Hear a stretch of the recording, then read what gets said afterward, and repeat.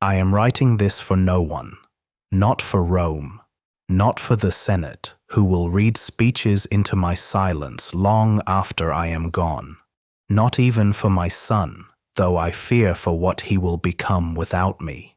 I write this for myself, because some nights, on this frozen river at the edge of the world, with the sound of my own legions coughing in the plague fog beyond my tent, I forget who I am supposed to be. So I remind myself, word by word, night after night, I am not a god, though men have started to call me one. I am not a philosopher, though I have spent my whole life trying to become one. I am a man who was handed an empire he never asked for, and who has spent 30 years trying not to ruin it. This is not history. This is memory, written before it fades. My name is Marcus Aurelius Verus. That was my name before Rome renamed me, before the empire renamed me twice more, before Aurelius and Antoninus and finally Augustus were stacked onto me like ceremonial armor I never asked to wear. I was born in Rome, in a house on the Caelian Hill, into a family that was wealthy but not, in the way that mattered then, powerful. My father died when I was a small child. I remember almost nothing of him, only a feeling, second-hand, passed to me by others who loved him, that he had been modest and firm in equal measure. I built the rest of him out of what people told me, the way you build a room from a floor plan you never saw finished. It was my grandfather who raised me after that, and it was in his house that I first learned the thing I would spend my whole life trying to practice and mostly failing at, that a man's worth is not in what happens to him, but in what he does with it. I did not choose philosophy. Philosophy found me the way illness finds a household, quietly, through one door, and then it is in every room.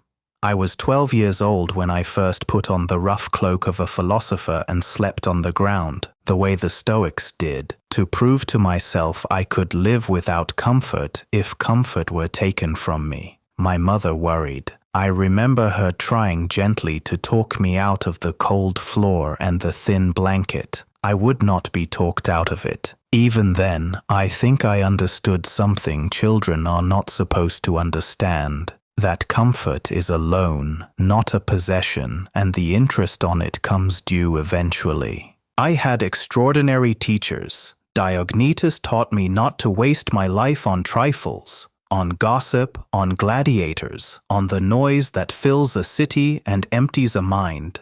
Rusticus gave me my first copy of Epictetus's discourses, and I remember reading them the way a starving man eats. Too fast, without tasting, just needing more. Fronto taught me rhetoric and tried, gently and for years, to pull me back toward the life of a statesman rather than a monk. I loved him for it. I did not fully listen. What none of them could teach me, what no one can teach another person, was how to actually live it. Philosophy is easy in a garden with your tutors. It is much harder in a plague ward. It is harder still on a throne. I was 17 when the Emperor Hadrian first noticed me. He called me Verissimus, the truest one. A joke at first about a boy who could not lie even to spare himself trouble. I did not know then that Hadrian was already deciding the next 40 years of my life without asking me a single question about what I wanted. He arranged it so that Antoninus, his intended successor, would adopt me.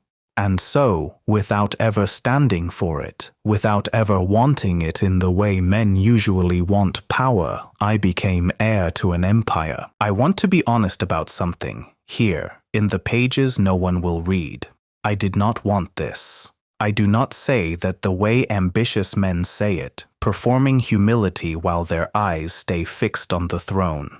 I mean it plainly. I would have been content, happier, I think, as a philosopher of modest means, unknown outside a small circle of thoughtful friends. I told this to Antoninus once.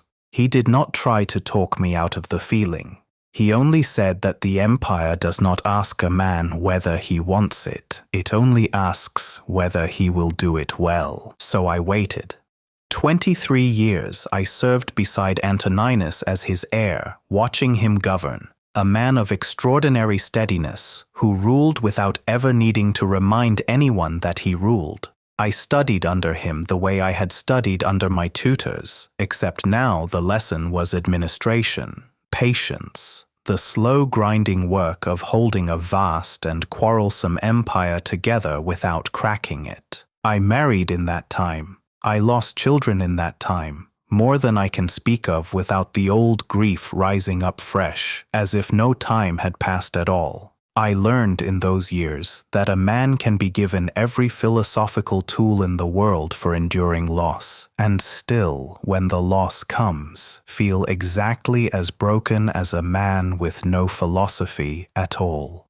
The Stoics never promised me that wisdom would stop grief from arriving, only that it might keep grief from destroying me once it did.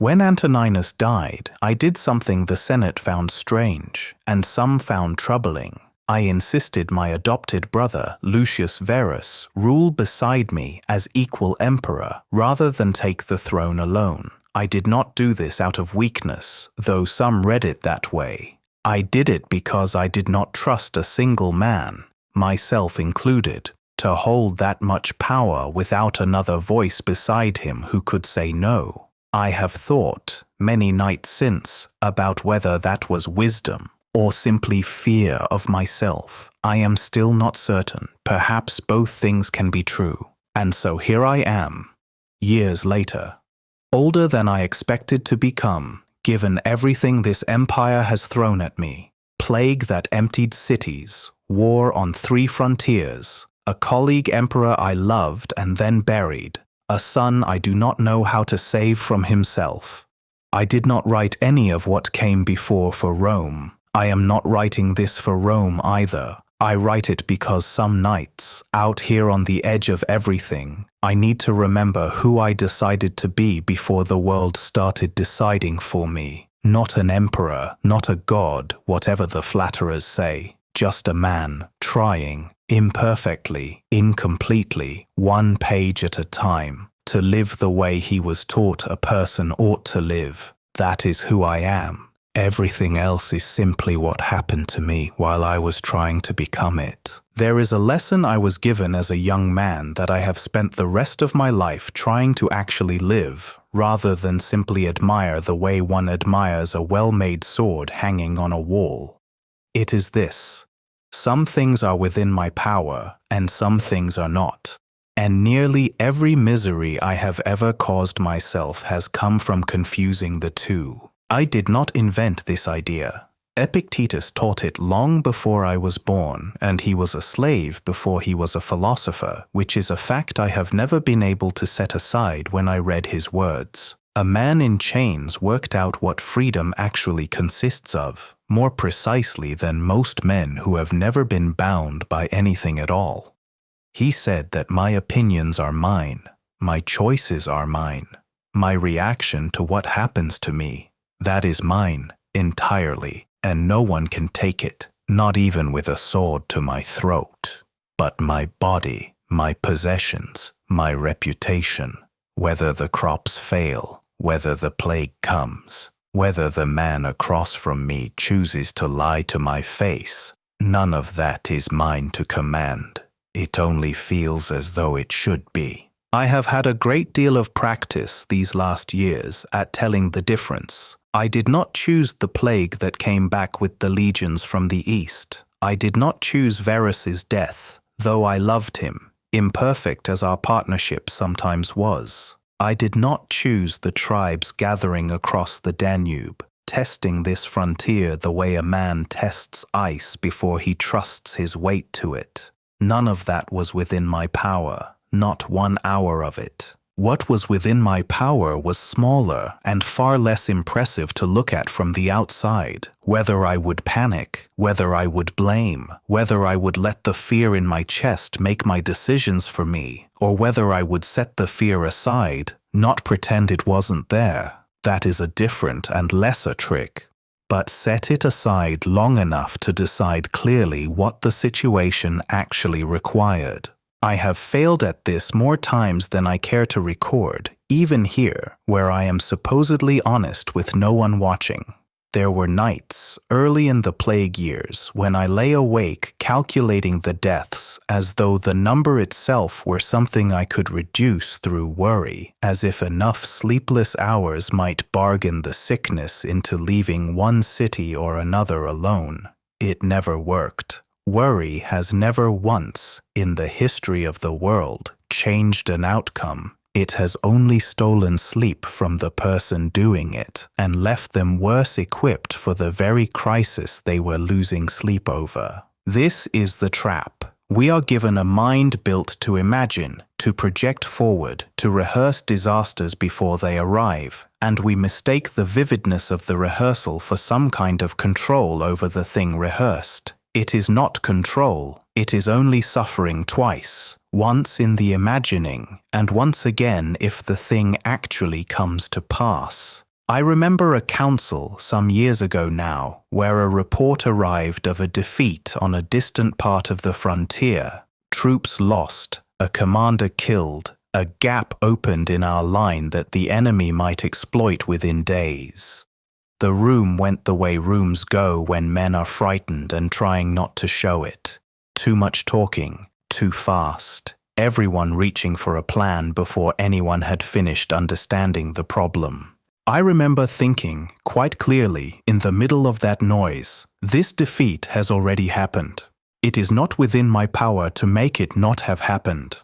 What is within my power is what I do in the next hour, and the hour after that. I said this aloud, more or less, and the room went quiet, not because I had said anything wise, particularly, but because panic is contagious, and so, I have found, is calm, if someone in the room commits to it fully enough. We made better decisions that day than we would have made in the first version of that room, the one full of men trying to undo something that could not be undone. I do not say this to praise myself. I say it because it is one of the only genuinely useful things I have learned in 50 years of trying to learn something useful, that the quality of a man's life is decided almost entirely by what he does with the portion that is actually his, and almost not at all by the portion that was never his to begin with. Here is where people mistake this teaching, and I want to be precise about the mistake, because I made it myself for years. This is not a philosophy of indifference. It is not a permission to stop caring what happens to Rome, to my family, to the soldiers freezing on this river with me. I care about all of it, more than I know how to say plainly, without the words sounding smaller than the feeling. The teaching is not that outcomes do not matter. The teaching is that my peace cannot be allowed to depend on outcomes I cannot command, because if it does, I have handed my peace to the weather, to other men's choices, to the plague, to chance, and chance does not care for me at all. It never has. It is not cruel. It is simply indifferent. The way a river is indifferent to the man who has fallen into it. The river will not hate you. It also will not save you. That work is yours. So each morning, before the day's business begins, before the petitions, the counsels, the letters demanding decisions I am not always equipped to make well, I try to sort the day in advance. This portion is mine. My judgment, my effort, my discipline, my patience with the fool who will surely test it before the sun is down. This portion is not mine. Whether the fool listens, whether the harvest comes in, whether the frontier holds, whether I am remembered kindly or forgotten entirely once I am dust. I set the second portion down. not because I do not care about it, because carrying it changes nothing except the steadiness of my own hands, and steady hands are the one thing I actually owe to everyone who depends on me. It took me the better part of my life to understand that this is not resignation. It is the opposite of resignation. A man who has surrendered the portion that was never his is far more dangerous, far more effective in the portion that remains, because he is not spending half his strength wrestling a thing that cannot be moved. I think of Epictetus again, in his chains, working this out before I ever held a scroll of his teaching in my hands. He could not control the men who held him. He could control what kind of man their chains would produce. I have an empire instead of chains, which sounds like a difference, and in most ways it is. But in this one way, it is not. I cannot control the plague. I cannot control the tribes across the river, or the ambitions in my own son's eyes, or the length of my own life, which grows shorter with each page I write in this tent. I can only control what kind of man all of it produces. That is the whole of the lesson, distilled down past everything I was taught as a young man in a philosopher's cloak, sleeping on a cold floor to prove a point to myself. Sort what is yours from what is not. Spend yourself entirely on the first. Let the second go, not with bitterness, but the way you'd let go of a rope that was never actually tied to anything. I am still learning it. I expect I will be learning it the night I die. I am writing this for no one, not for Rome, not for the Senate, who will read speeches into my silence long after I am gone. Not even for my son, though I fear for what he will become without me.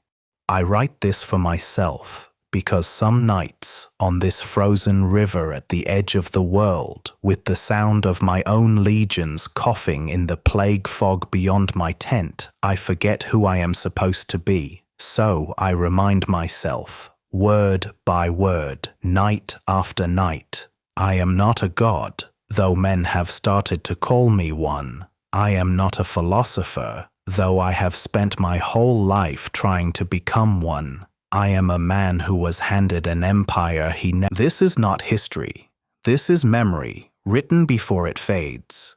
My name is Marcus Aurelius Verus. That was my name before Rome renamed me, before the empire renamed me twice more, before Aurelius and Antoninus and finally Augustus were stacked onto me like ceremonial armor I never asked to wear. I was born in Rome, in a house on the Caelian hill, into a family that was wealthy, but not in the way that mattered. It was my grandfather who raised me after that, and it was in his house that I first learned the thing I would spend my whole life trying to practice and mostly failing at, that a man's worth is not in what happens to him, but in what he does with it. The Senate, who will read speeches into my silence long after I am gone. Not even for my son, though I fear for what he will become without me.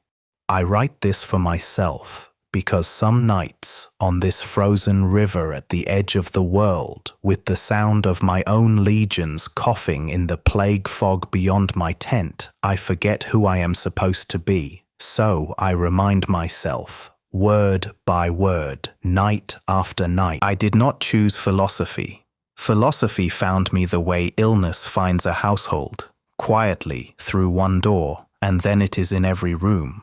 I was 12 years old when I first put on the rough cloak of a philosopher and slept on the ground, the way the Stoics did, to prove to myself I could live without comfort if comfort were taken from me. My mother worried. I remember her trying gently to talk me out of the cold floor and the thin blanket. I would not be talked out of it. Even then, I think I understood something children are not supposed to understand, that comfort is a loan, not a possession, and the interest on it comes due eventually. Not in the way that mattered. It was my grandfather who raised me after that, and it was in his house, and yet, This is the part men mistake most often when they hear a Stoic speak of death. None of this has made me morbid. If anything, it has made me lighter. A man who has genuinely made peace with his own ending stops flinching at smaller things.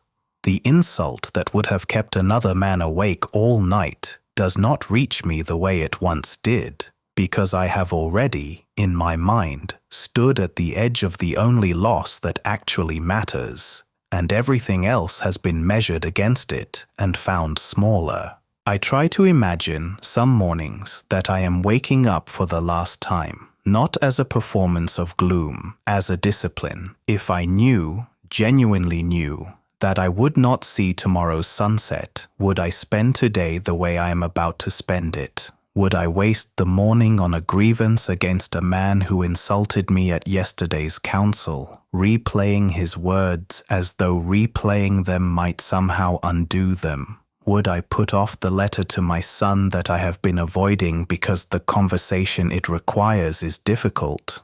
Death, held close enough to actually feel its weight, has a way of burning off exactly this kind of waste. It does not make the day smaller. It makes the day the only thing there actually is. There is a temptation, when a man begins thinking seriously about his own mortality, to swing toward one of two errors. The first is despair. Deciding that because everything ends, nothing matters, and sliding into the kind of hollow indulgence that mistakes emptiness for freedom. The second is denial, refusing to look at death at all, filling every hour with noise and business and honors precisely so there is never a quiet moment in which the fact might catch up with you. I have watched men of both kinds pass through this court. Neither one, in my observation, dies any better than the other, and both live worse than they might have. There is a third way, and it is the only one I have found worth pursuing, though I fall short of it constantly. It is to hold death close enough to inform every decision without holding it so close that it curdles into fear. To think, each evening, today was not promised to me, and yet I was given it. What did I do with it? Did I act with the honesty I claim to value? Did I treat the men around me the way I would want to have treated them if this had been my final chance to do so? These are not comfortable questions. I do not ask them because they are comfortable. I ask them because comfort was never the point. I think, too, about what death actually is, stripped of the fear we drape over it. Is it extinction? A candle blown out, the flame simply ceasing? Then I will not be present to suffer that absence, any more than I suffered the centuries before I was born, which caused me no grief at all, because there was no me present to grieve them. Or is there something after? A scattering of the parts of me back into the great whole from which they were briefly gathered, the way a wave rises from the sea and, after its short shape is spent, is simply the sea again. Either way, I find nothing in it to fear, once I have actually looked at it, rather than looked away from it my whole life the way most men do. What I fear, what I actually still fear, if I am honest in these pages meant for no one, is not death itself. It is dying having wasted the days I was given. It is the thought of my son inheriting an empire from a father who spent his allotted years distracted by trifles, when he might instead have spent them awake, present, doing the actual work in front of him. That is the only death worth dreading, not the ending, the wasted middle. So each night, before I sleep, I remind myself of the river. The water that passed this rock an hour ago is already gone, and no grief of mine will call it back. Tomorrow's water has not yet arrived, and no anxiety of mine will make it come faster. There is only the water passing now, this moment, this page, this breath. That is where a life is actually lived, if it is lived at all. Not in the water already gone, not in the water not yet arrived, but here, where the current is, however briefly, mine to stand in. Remember that you will die, not as a threat, as an instruction. It is, I have found, the only teacher severe enough to make a man actually pay attention to the life he still has. No one will ever write a song about the 11th year of a plague, or the ledgers I balanced at midnight so the grain would still reach the cities that needed it, or the 100 small decisions that kept a bridge from collapsing under the weight of an army that never once thought to thank the man who ordered it repaired. Glory attaches itself to battles, to speeches, to the dramatic gesture made in front of a crowd large enough to remember it afterward. Duty attaches itself to none of that. Duty is what remains when no one is watching and nothing about the work will ever be recounted by anyone.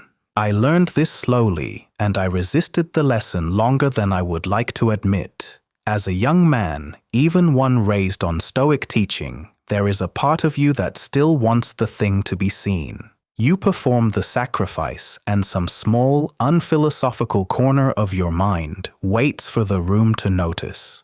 I do not think this is a flaw unique to me. I think it may be close to universal, and I think the discipline of duty consists largely of noticing that corner of yourself and quietly declining to feed it. There was a night, some years into my reign, when a granary collapsed near the Tiber during a storm. Grain that the city depended on through winter was ruined, or nearly so, and the work of salvaging what could be saved fell to men who would never be named in any record of my rule. Laborers, clerks, a handful of soldiers pulled from garrison duty because there was no one else to send. I went down myself, in the rain, not because an emperor is expected to stand in the mud beside dock workers, but because I did not see how I could ask it of them if I would not do it myself. No historian will ever record that night. It changed nothing about how Rome remembers me. It was, nonetheless, one of the nights I am most at peace with looking back. This is the heart of it. Duty performed for the sake of being seen is not duty at all. It is theater wearing duty's clothing. The moment the audience leaves, the performance stops because the performance was never really about the work. It was about the watching. Real duty does not care whether anyone is watching. It does not even much care whether anyone will ever know. It is done because the doing is correct, and the correctness of an act does not depend on its witnesses. I think of the farmer who repairs his own fence in a field no traveler will ever pass. He does not do it for praise. He does it because a broken fence is a wrong thing, and he is a man who does not leave wrong things in the world he has responsibility for, whether or not another human eye will ever register the fence at all. I have tried, with mixed success, to hold my empire the way that farmer holds his field, not for the Senate's approval, not for the historians who will judge me long after I can no longer answer them, simply because an empire, like a fence, has a correct state and an incorrect one, and I am the man currently responsible for closing that gap. There is a particular loneliness in this kind of service that I did not anticipate as a young man, and that no one warned me of, because perhaps no one thought to warn me, or perhaps every emperor discovers it privately and assumes it is his alone. It is this: the decisions that matter most, the quiet, unglamorous, correct decisions, made at length and without applause, are frequently indistinguishable from the outside from decisions made out of laziness or indifference or cowardice. A man who does not rush to war for the sake of being remembered as a conqueror looks, from a certain angle, exactly like a man who is simply too timid to fight. I have been called both things, sometimes in the same season, by men who could not see the actual reasoning behind my choices, because that reasoning was never meant to be visible. It was meant to be correct. I have made peace with this misreading, though it took years, and I will admit there are still nights it stings more than a philosopher ought to admit it stings. What has helped is remembering that the correctness of the act does not depend on being understood, any more than it depends on being witnessed. A physician who sets a bone correctly does not require the patient to understand the anatomy involved. The patient only needs the bone to heal straight. Rome does not require every citizen to understand every reason behind a decision. Rome only requires the decision to have been the right one, and time, more often than reputation, is what eventually reveals which decisions those were. There is also this, which I think is the deeper truth beneath all of it. Glory is not mine to control, and duty is. I cannot make the histories remember me favorably. I cannot make the soldiers on this frontier understand, in this moment, why I have chosen patience over a decisive strike that would feel, to them, more satisfying. What I can control is whether I did the work that was actually mine to do, whether I did it honestly, and whether I did it as well as I was capable of doing it on that particular day, with the particular knowledge I had.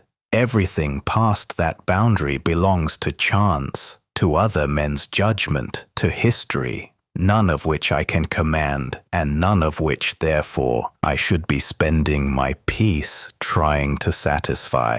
I think of Antoninus often in this regard, more than almost any other teacher I have had. He ruled for over 20 years and started no wars he could avoid, sought no conquests to inflate his name, gave no great speeches that historians would repeat for centuries. Men who did not look closely might call his reign uneventful, even forgettable. I do not call it that. I call it one of the most disciplined performances of duty I have ever had the privilege to witness at close range, precisely because it was never performed for anyone.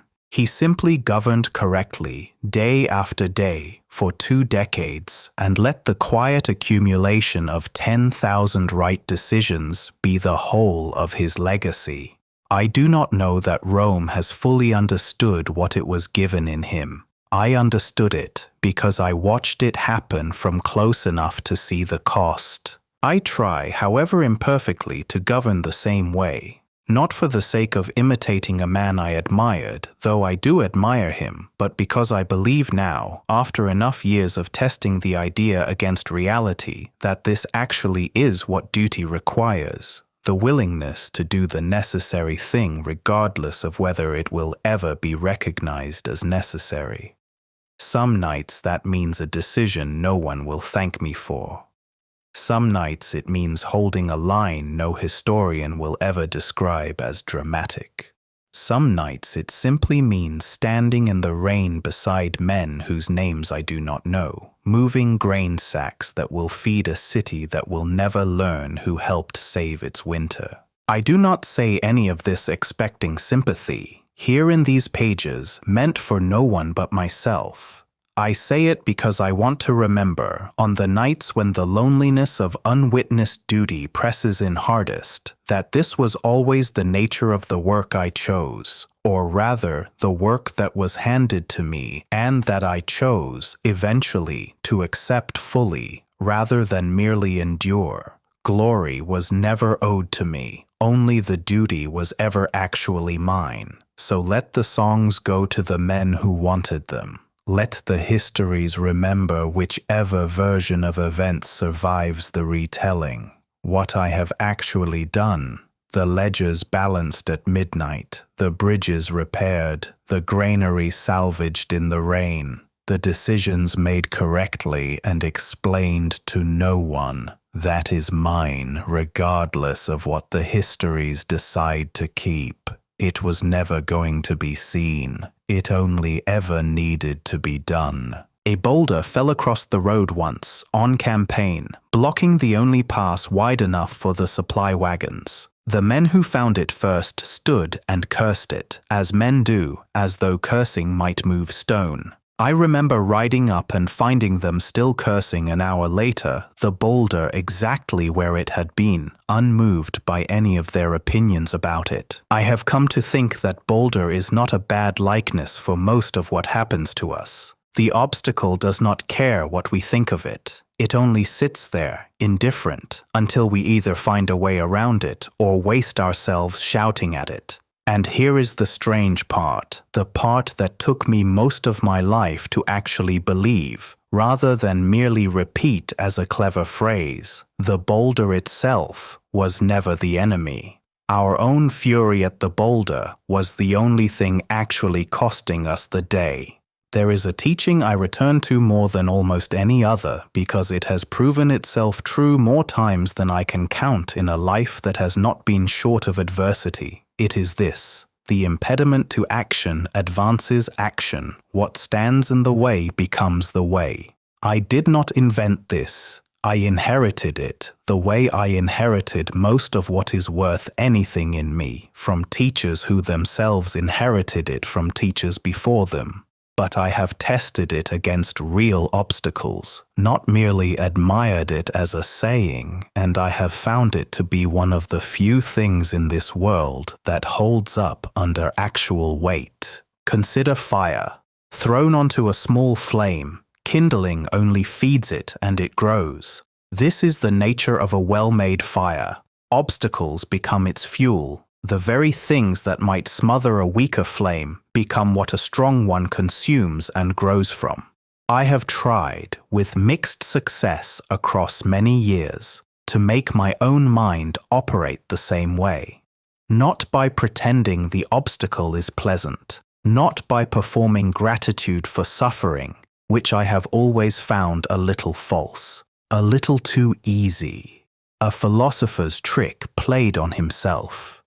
Simply by asking, every time something blocks my path, what can be made of this, precisely because it is here? The plague did not ask my permission before it emptied cities I had governed for decades. It came anyway. I could not have stopped it, and I wasted some early nights, I will admit here where no one will read it, wishing I could have. But eventually a different question replaced the wishing. Given that the plague is here and will not leave because I wish it to, what does this crisis make possible that would not have been possible without it? It forced reforms to the grain distribution that peacetime complacency would have blocked for another decade. It forced me to lean on administrators I would not otherwise have discovered were capable of the work, because comfortable times never test a man enough to reveal what he actually has in him. None of this makes the plague good. I want to be precise about that, because I think Stoics are sometimes misunderstood as claiming that suffering is secretly a blessing in disguise. It is not a blessing. It is simply raw material, indifferent in itself, that becomes something in exchange for what a man is willing to do with it. The war on this frontier has been the same teacher, delivering the same lesson in a harder tone each year. I did not choose these Germanic wars. I would have preferred, if preference had mattered, a reign spent the way Antoninus spent his, governing in relative peace, growing old without ever needing to learn how cold a river camp becomes in a Danube winter. That was not given to me. What was given to me instead was an empire under genuine pressure on multiple frontiers at once, and years of learning, slowly and at real cost. What I am actually capable of enduring, which I would never have discovered any other way. I do not think I would have found this out about myself in a peaceful reign. The war revealed a capacity in me that peace would have left permanently untested, and I am not sure I would trade the knowledge of that capacity even if I could trade away the war that produced it. There is a mistake I want to name clearly because I have watched other men make it and I have made it myself more than once. This teaching is not an instruction to seek out obstacles for their own sake, as though suffering were somehow noble in itself and a man should court it to prove his strength. That is vanity wearing philosophy's clothing, the same trick performative humility plays when a man makes a show of his modesty. No. The teaching applies only once the obstacle has already arrived, uninvited, the way obstacles generally do. It does not ask you to want the boulder in the road. It only asks what you will do once it is already there, since wanting it gone with sufficient intensity has never once, in the history of the world, actually moved it. I think of Rusticus, my old teacher, who used to say that a gem cannot be polished without friction, nor a man perfected without trials. I did not fully believe him as a young man, sitting comfortably in his study with nothing yet at stake. I believe him now, decades and several wars and a plague later, in a way I could not have believed him then, because belief of this kind is not actually transmitted by hearing the words. It is only transmitted by surviving the friction yourself and noticing afterward what the friction produced. What has it produced in me? I am, I think, more patient than I would have been without these years. I am less easily frightened by bad news, having absorbed enough of it by now to know that panic changes nothing except the quality of my own decisions in the hour that follows. I understand my own men better, having watched how they behave under genuine strain rather than only in the comfortable performance of peacetime duty. None of this makes me grateful for the plague or the war in any simple sense, but I cannot separate the man I have become from the obstacles that forged him, any more than the gem can be separated from the friction that gave it its edges. So when the boulder appears in the road, and it will appear again, I have no illusions about that. There will be another crisis before this one is even fully resolved. There always is. I try now to skip the hour of cursing that used to consume me and move more quickly to the only question that has ever actually helped. Given that this is here, unmovable by my opinion of it, what can be made from it? Sometimes the answer is small. Sometimes it is only patience, or a lesson about which men can be trusted under pressure.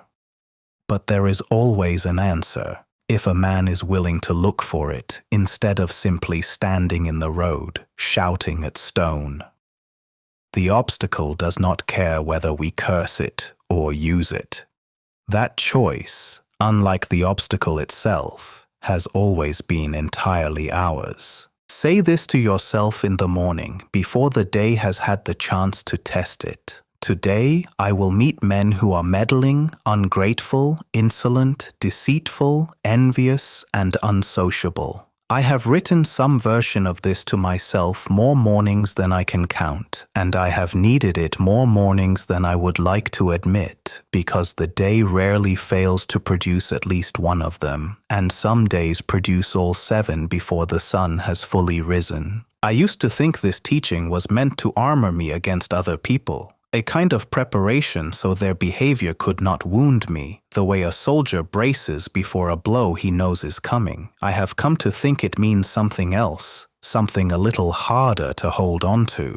It is not preparation against them. It is preparation against myself, against the version of me that meets bad behavior with worse behavior, that mistakes anger for strength when it is so often only weakness wearing a louder voice. There was a man in my court, I will not name him here, though I am tempted to, even in pages no one will read, who lied to my face with a steadiness that still, after years, surprises me when I recall it. Not a clumsy lie, a practiced one, delivered the way an actor delivers a line he has said 100 times and no longer feels. I knew it was a lie as he spoke it. I felt the anger rise the way it always rises, fast and hot and entirely convinced of its own righteousness. And then I did the thing I have trained myself, imperfectly to do in that moment. I asked myself, what is actually being asked of me right now?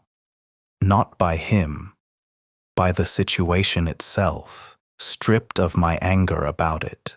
The answer was rarely what my anger wanted the answer to be. My anger wanted him punished, publicly, in a way that would satisfy the injury to my pride. The situation itself wanted something quieter and more useful, a correction, a consequence proportionate to the offense, and my own composure kept fully intact throughout, because composure is worth more to an empire than the momentary satisfaction of watching a liar squirm. I have come to believe something that took me a long time to accept fully, though I had read it in Epictetus decades before I believed it in my bones. No one does wrong on purpose, in the sense that matters. A man does not wake up choosing evil the way he might choose a meal. He acts according to what seems good to him in that moment, however twisted his sense of the good has become through vanity or fear or simple ignorance of what he is actually doing. This does not excuse the wrong.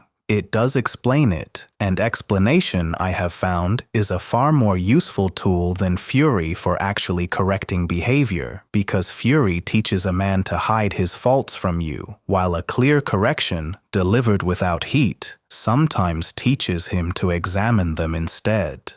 I think of the body as a single thing with many hands, and ask myself whether the right hand, discovering the left hand has struck it by accident, would declare war on the rest of the body. It would not. It would recognize that both hands belong to the same whole, however clumsily one of them behaved in a given moment. Rome is like this, and in truth, all of humanity is like this, though it takes more effort to feel it about a stranger than about a hand attached to your own arm. The man who wronged me is still, in the deepest sense, part of the same body I am part of. My anger at him is, in a strange way, the body attacking itself. None of this means I have become soft toward wrongdoing, and I want to be precise about that distinction, because I think it is the one most often lost when this teaching is repeated carelessly. Calm is not the same as permission. I still corrected the liar. I still removed him from positions where his lying could do further damage. The absence of anger did not mean the absence of consequence. It meant only that the consequence was decided by judgment rather than by the heat of the moment, and I have never once, in 30 years of governing, seen a decision improved by being made in anger rather than after it had passed. There is a physical fact about anger that I have come to respect the way I respect the physical fact of fire. It is far easier to prevent than to extinguish once it has taken hold. I have had far greater success catching the first spark, the tightening in the chest, the quickening of breath, the certainty rising in me that I am owed some reaction, than I have ever had trying to reason with the blaze once it is fully alight. So my discipline now happens earlier than the insult itself. It happens each morning in the sentence I say to myself before the day has produced its difficult men.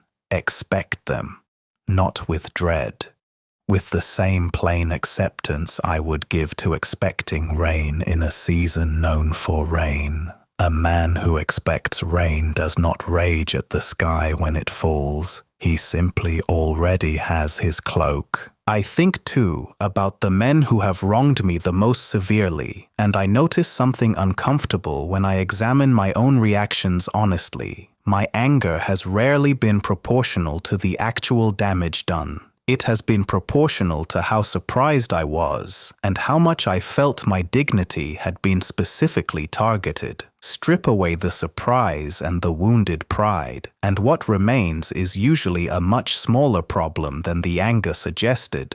a problem that could have been solved calmly in far less time, with far less cost to my own composure, if only I had not spent the first hour being furious about the fact that it existed at all. So this is the practice, repeated each morning and failed at more often than I would like to record. Expect difficult people because they will come the way weather comes, indifferent to whether you are prepared for it. Remember that their wrong is rarely chosen the way I imagine it chosen in my angriest moment. It is usually confusion or fear or a smaller sense of the good than I would wish them to have. Correct what needs correcting, calmly and completely, because calm correction and full correction are not opposites. And remember, always, that the hand which struck you by accident still belongs to the same body you belong to, however difficult that is to feel in the actual moment of the sting. I do not always succeed at this. Some mornings the anger wins before I have finished the sentence I meant to say to myself. But I have noticed, over enough years to trust the pattern, that the mornings I do succeed are the mornings I govern best, and the men who anger me most are, without exception, the men I handle worst when I let the anger answer for me instead of my judgment. I have a habit, on the coldest nights out here, of asking myself a question that sounds simple and is not. Where exactly am I living right now? Not which camp, which province, which frontier. I mean something narrower than geography. Am I living in this hour, the one actually passing as I hold this pen, or have I quietly slipped into some other hour entirely, one already spent or one not yet arrived, while my body sits here pretending to be present for a mind that has wandered off somewhere else? Most nights, if I am honest, the answer embarrasses me. I find I have spent the evening replaying a counsel from 3 days past, refining an argument I should have made better, as though the argument might still be improved after the men who heard it have long since gone to their tents. Or I find myself rehearsing tomorrow's difficulties before tomorrow has any right to exist yet, spending tonight's peace on a problem that has not happened and may never happen in the shape I am imagining it. This is, I have come to believe, the central and most ordinary way a man wastes his one life without ever noticing the waste. Not through some dramatic vice, not through cruelty or cowardice in a moment that mattered, through the much quieter theft of attention, hour after hour, spent anywhere except the only place a life is actually available to be lived, which is now. Consider what the past actually is, stripped of the feeling we attach to it. It is gone. Not gone the way a man is gone when he merely leaves the room, able to return. Gone the way water is gone once it has passed beneath a bridge. Entirely finished, permanently outside the reach of anything I might do about it. I can learn from the past. That much is genuinely useful, and I do not mean to dismiss memory as worthless. But learning from a thing and living in a thing are different acts, and I have caught myself confusing them more times than I can count, mistaking the replaying of an old grief or an old grievance for some kind of productive use of my mind, when it was in truth no more productive than pacing a room whose door has long since been locked from the other side. Consider, too, what the future actually is. It has not happened. This sounds almost too obvious to write, and yet I do not think most men, myself included on my worst days, actually organize their inner lives around how obvious it is. We spend such enormous stores of feeling on futures that have not arrived and, in most cases, will not arrive in anything like the shape our fear has constructed for them. I have feared battles that never came. I have feared a son's ruin that has not yet occurred and may yet be avoided. I have spent nights in genuine anguish over plagues that had not yet reached the cities I feared for, only to learn later that the anguish itself accomplished nothing except robbing me of the one thing I actually had available to spend that night, which was the night itself. There is a strange comfort available once a man actually absorbs this, rather than merely agreeing with it as a clever sentence. If the past cannot be changed and the future has not yet arrived, then the entire burden a man carries, every regret, every dread, is, in the most literal sense, weightless. It is not happening. It exists only as a thought occurring in the present moment. And thoughts, unlike events, can be set down. I cannot set down a battle. I can set down my rehearsal of a battle that has not yet begun.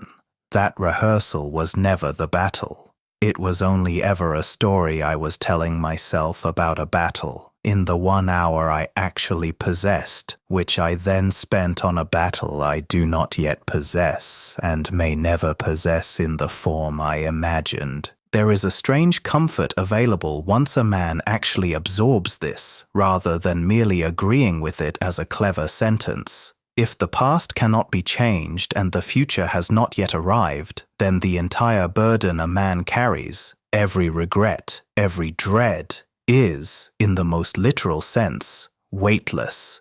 It is not happening. It exists only as a thought occurring in the present moment. And thoughts, unlike events, can be set down.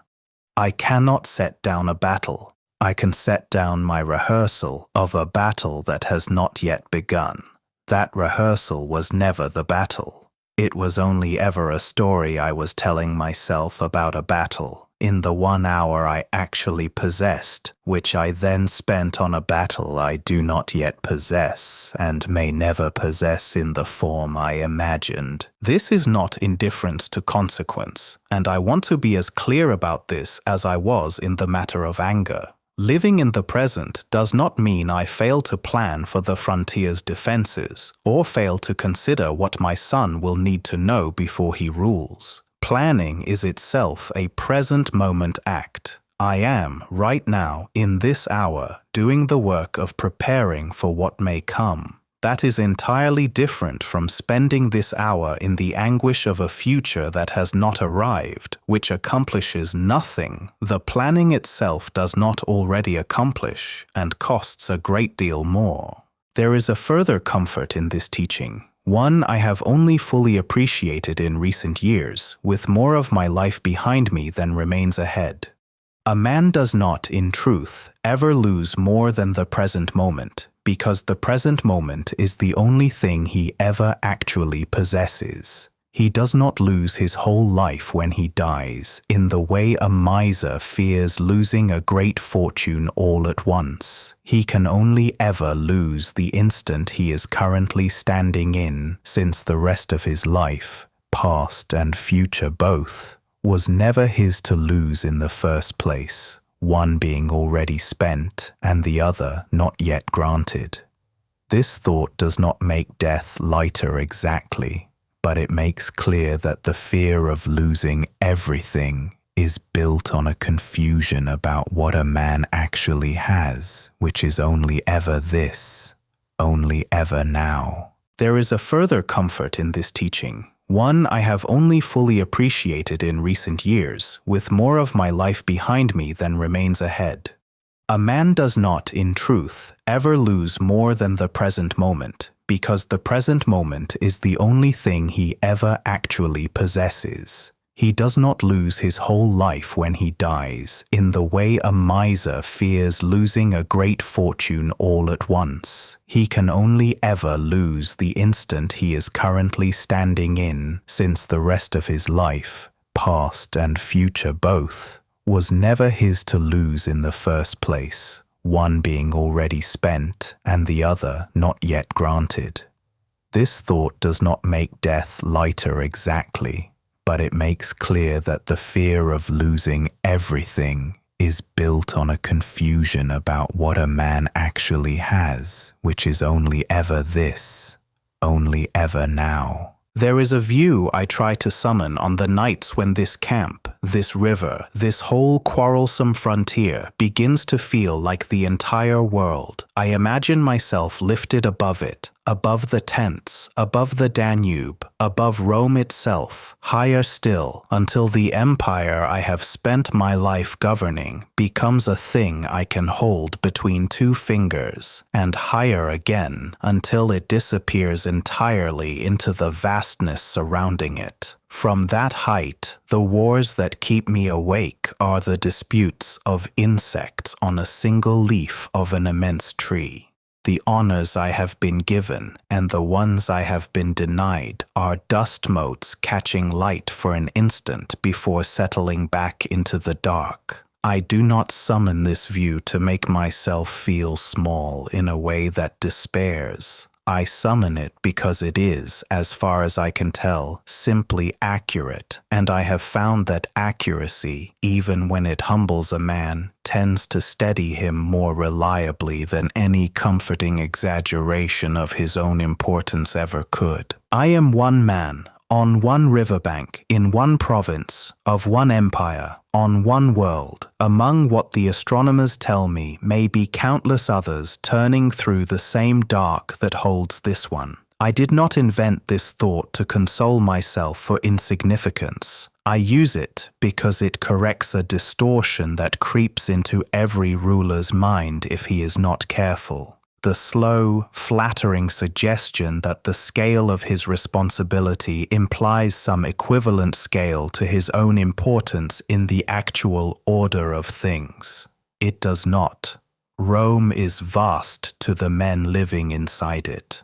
Rome is nothing at all to the stars I sometimes study on the clear nights out here, the ones that were burning long before the first stone of this empire was laid, and will very likely still be burning long after the last stone of it has crumbled into a soil no one will think to call Roman anymore.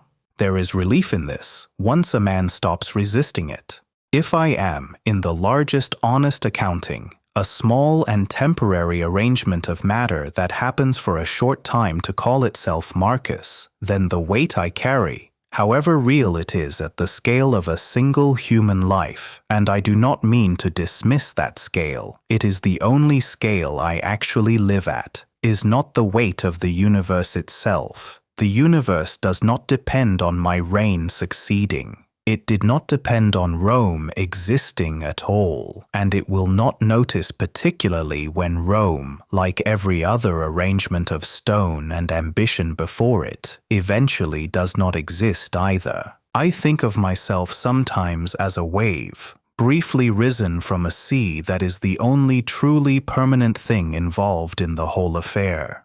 The wave has a shape for a while. It has a crest, a particular curl of foam that no other wave before or after it will exactly repeat. And then it is simply the sea again, having never actually been separate from the sea in any way except appearance.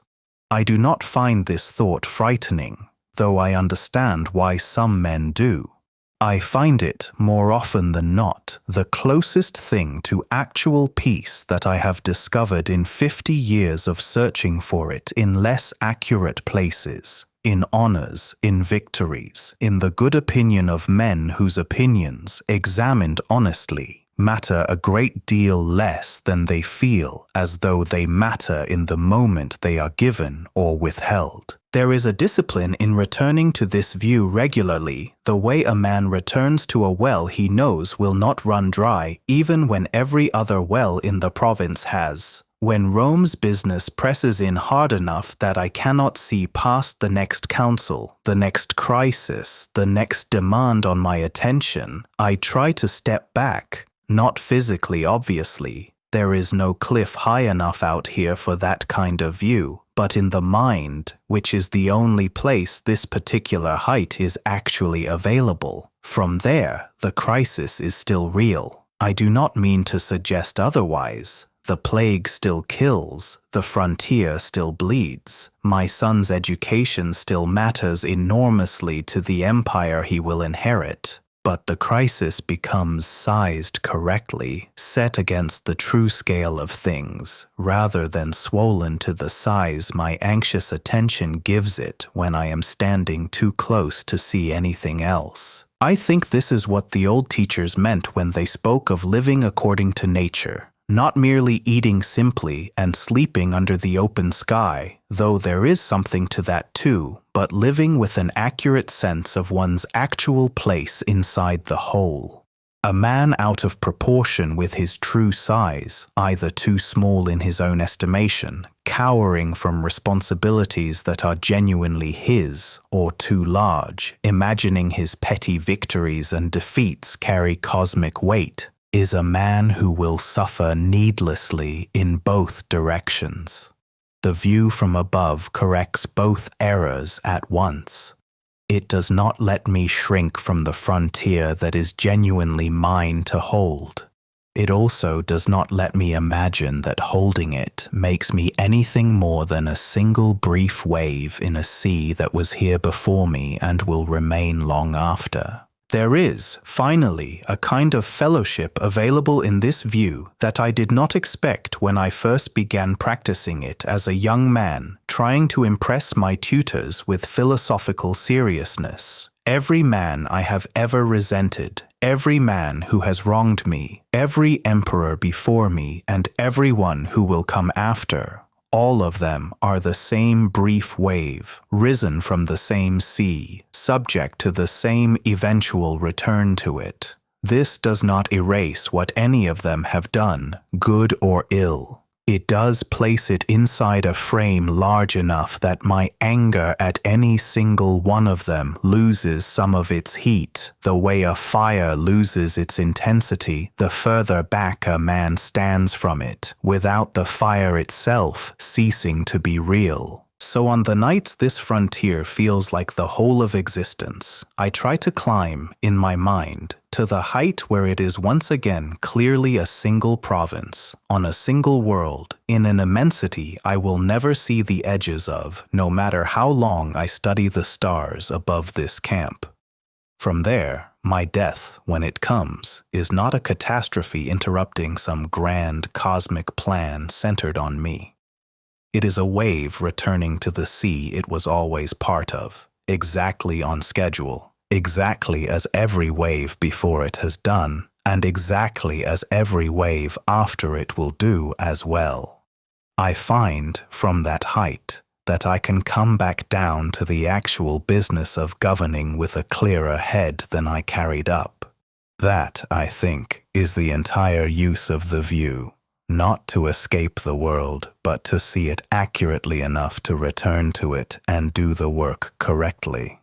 I have been given, at different points in this life, nearly everything a man is taught to want. Wealth enough that I never had to think about it, which is its own kind of wealth beyond the coin itself. Fame wide enough that men in provinces I will never visit already have an opinion of me before I have said a single word to them.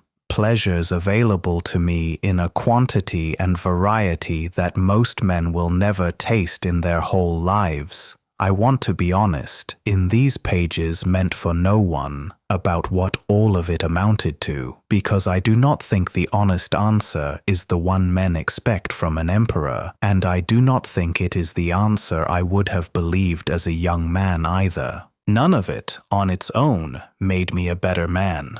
I want to sit with that sentence rather than rush past it, because it is the entire argument of this chapter compressed into one line, and I have watched enough men, myself included, on my worst days, try to argue their way around it. Wealth did not make me wiser. It made certain problems easier to solve and, I suspect, made certain other problems harder to notice. Because a wealthy man's flaws are cushioned by comfort in a way that lets them go unexamined far longer than they should. Fame did not make me more honest. If anything, it gave me more opportunities to be flattered into believing myself more virtuous than my actual conduct, examined closely, would support. Pleasure, and I have known real pleasure, I do not pretend otherwise, never once, in the moment of its passing, left behind anything that resembled the steadiness I have found in a single hour of doing something difficult correctly.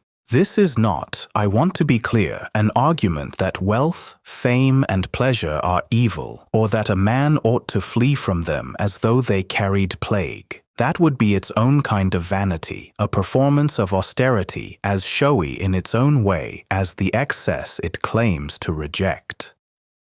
The teaching, as I have come to understand it through the slow method of actually living long enough to test it, is narrower and more useful than that. These things are indifferent. They are not good, and they are not bad. They are simply available, the way weather is available, and a wise man neither chases them with his whole soul, nor refuses them with an equally theatrical hand. He uses them if they come, sets them down without grief if they do not, and refuses either way to let his actual character be decided by whether they are present. What, then, is the one thing among all of this that I have found genuinely good, the one thing that does not depend on circumstance, that a plague cannot take, that an enemy cannot seize, that even death itself, as far as I have been able to determine, cannot touch until the very last instant it touches everything at once? It is character. It is the state of a man's own soul, his honesty, his justice, his courage, his self-command, none of which requires wealth to practice, none of which fame improves, none of which pleasure can substitute for even in the smallest degree. I have watched wealthy men be cowards. I have watched famous men lie without a flicker of shame, their fame apparently having convinced them that truth was now optional for a man of their stature. I have watched men drowning in every pleasure Rome could offer them, miserable in a way that no poor and virtuous farmer I have ever met has seemed miserable, because the farmer's peace was built on something pleasure cannot erode, while the wealthy man's unhappiness revealed that his fortune had never actually been holding anything up at all. I think of Antoninus again. I return to him often in these pages because he remains the clearest example I was ever given at close range of a man whose goodness did not depend on any external thing. He had wealth and fame in abundance, by virtue of his office alone, and I watched him hold both the way a man holds a borrowed cloak, gladly, while it was his to wear, and without the smallest grief when circumstance required him to set any part of it down. His actual character, the steadiness and fairness that defined every decision I watched him make, would have been exactly as intact if he had been born a farmer instead of an emperor. That is the test I have come to apply to my own life, and I fail it more often than I succeed.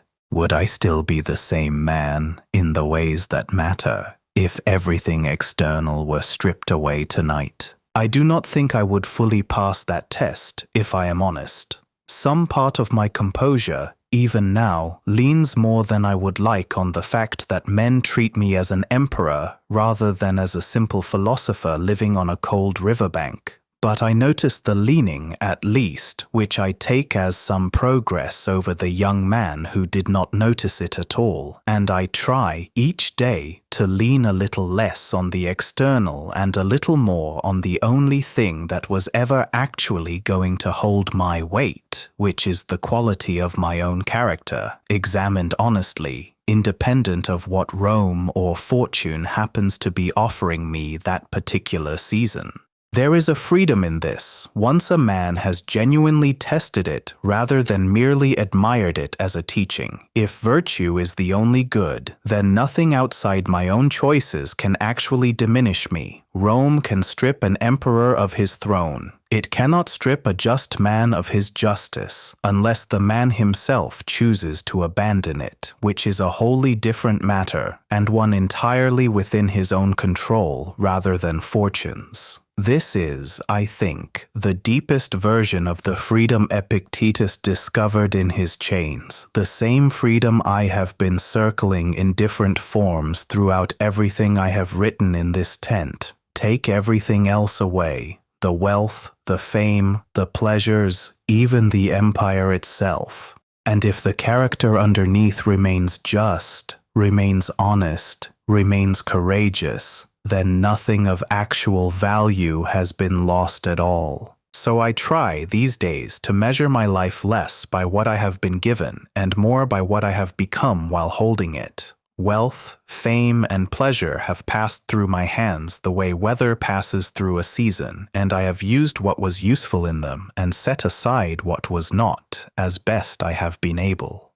What I hope remains, when all of it has finally passed through and moved on the way weather always does, is simply the character it was measured against, the only inheritance, I have come to believe, actually worth handing to a son, and the only fortune no plague, no war, and no emperor's decree has ever been able to take from a man who refused, in the end, to give it away himself. I do not know, as I write this, how many pages remain to me. I have felt, these last months, a tiredness that is different from the ordinary exhaustion of command, deeper, quieter, the kind that does not lift after a night's sleep the way it once did. I do not write this to alarm whoever might someday find these pages, if anyone ever does. I write it because I think a man owes it to himself to notice honestly when the season is changing, rather than pretending, out of vanity or fear, that it is still summer when the air has already turned. I think, on these nights, less about what I have accomplished and more about what I am leaving unfinished, which is, I suspect, the honest condition of every man who has ever died, regardless of how long or short his life. There is no age at which the ledger closes with every column perfectly balanced. I have made peace, as much as I am able, with the fact that Rome's problems will outlive me, that my son will inherit difficulties I was not able to fully resolve in the years given to me, and that history will judge choices I made with information no future reader will fully have access to. I cannot control any of that. I have said this to myself in one form or another throughout every page of this writing, and I find it no less true now that death has moved from an abstraction into something closer, something I can nearly feel the shape of on the coldest nights. My greatest fear, and I will name it plainly here since there is no one left to perform courage for in these private pages, is Commodus. I see in my son things I recognize from my own youth, a stubbornness, a hunger for ease that I fought against in myself for 50 years with mixed success, and a taste for spectacle that worries me more than I know how to fully address in the time I likely have left to address it. I have tried to teach him what I know. I am not certain the teaching has taken root the way I hoped it would when he was small enough that I still believed teaching alone could shape a man entirely. Perhaps it can in some men. I am no longer certain it can in mine. I record this fear honestly because I think false confidence, even here, in pages no one will read, is simply another form of the vanity I have spent my whole life trying to set down. And yet, I return, even now, to the discipline that has carried me through every other page of this writing. I cannot control what Commodus becomes. I could not control the plague, or the wars, or the length of my own life, and I was not given peace by pretending otherwise. I was given whatever peace I have found by sorting, again and again, what was actually mine to hold from what was never mine to hold in the first place. My son's character, once he is a man fully grown and ruling in his own right, will not be mine.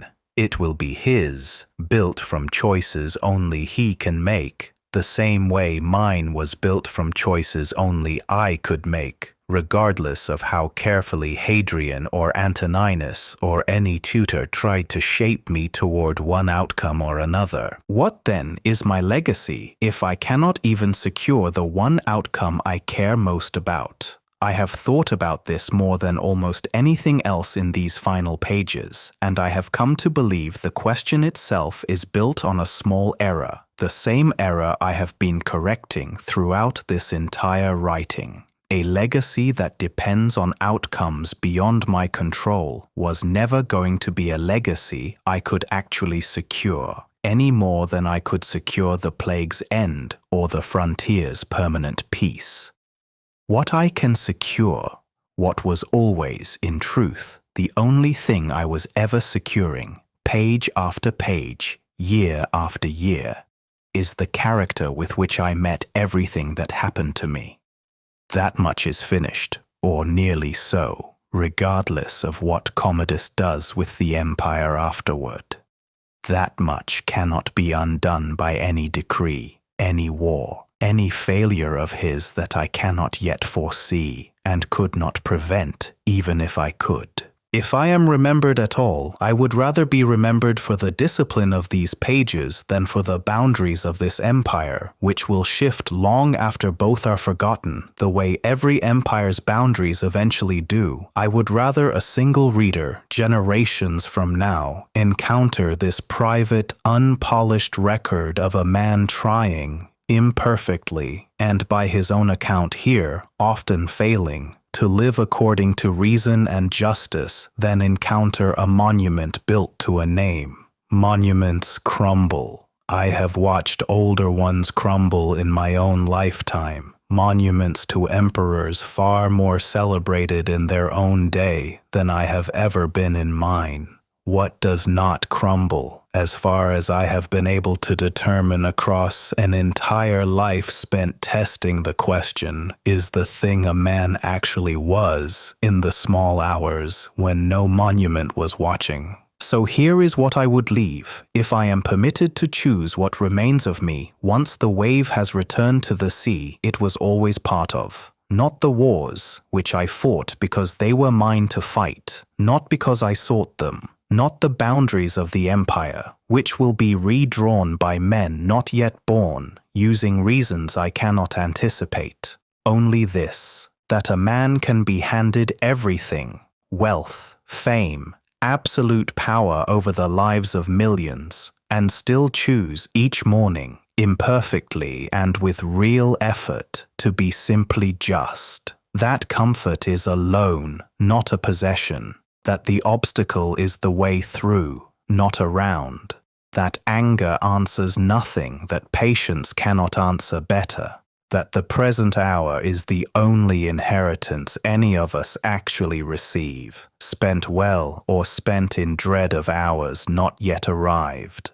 That we are, every one of us, brief waves risen from the same sea, and there is more peace in remembering that than in forgetting it. I do not know if any of this will outlast me. I do not know if Commodus will read a single page of it, though I have half a mind to leave it where he might find it, on the chance that a father's honest failures, recorded plainly, might teach him something my public instruction never quite managed to. I do not know if Rome will stand another century or another 1,000 years, or whether it too is simply a wave, larger and slower than most, but a wave nonetheless, destined eventually to return to whatever sea produced it. What I do know is this: I sat in this tent, on this frozen river, at the edge of an empire I never asked to inherit, and I tried, page after page, night after night, to remember who I had decided to be before the world started deciding for me. Some nights I succeeded, many nights I did not, but I kept returning to the page, the way I kept returning every single morning of this long and difficult reign, to the practice itself, regardless of how imperfectly I had managed it the day before. That, in the end, is the only message I have left to give to whoever eventually reads this, if anyone does. Not that I was wise, I was not consistently, not nearly as often as I wished to be, only that I kept trying, long after trying stopped being easy, because the trying itself was the only part of this entire life that was ever actually mine to give.